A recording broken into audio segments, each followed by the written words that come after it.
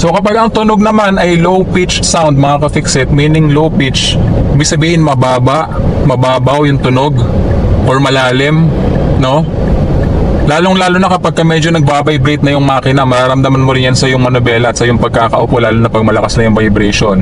Ibig sabihin, nag-i-struggle na yung makina, no, na patakbuhin yung sasakyan on that particular gear. So, ibig sabihin, kailangan mo magbaba ng cambio. Meaning, lalong-lalo na kapag mga nasa uphill ka, tapos naka 4th gear ka, hindi kaya nung sasakyan na akitin yung uphill na yun sa ganong gear. Malamang dahil medyo mabagal yung takbo ng sasakyan, walang buwelo, o may karga yung sasakyan, no? Or underpowered yung sasakyan para sa particular uphill na yon. So, ibig sabihin, kaya siya nagbabibrate, ay kailangan mong magbaba ng cambio.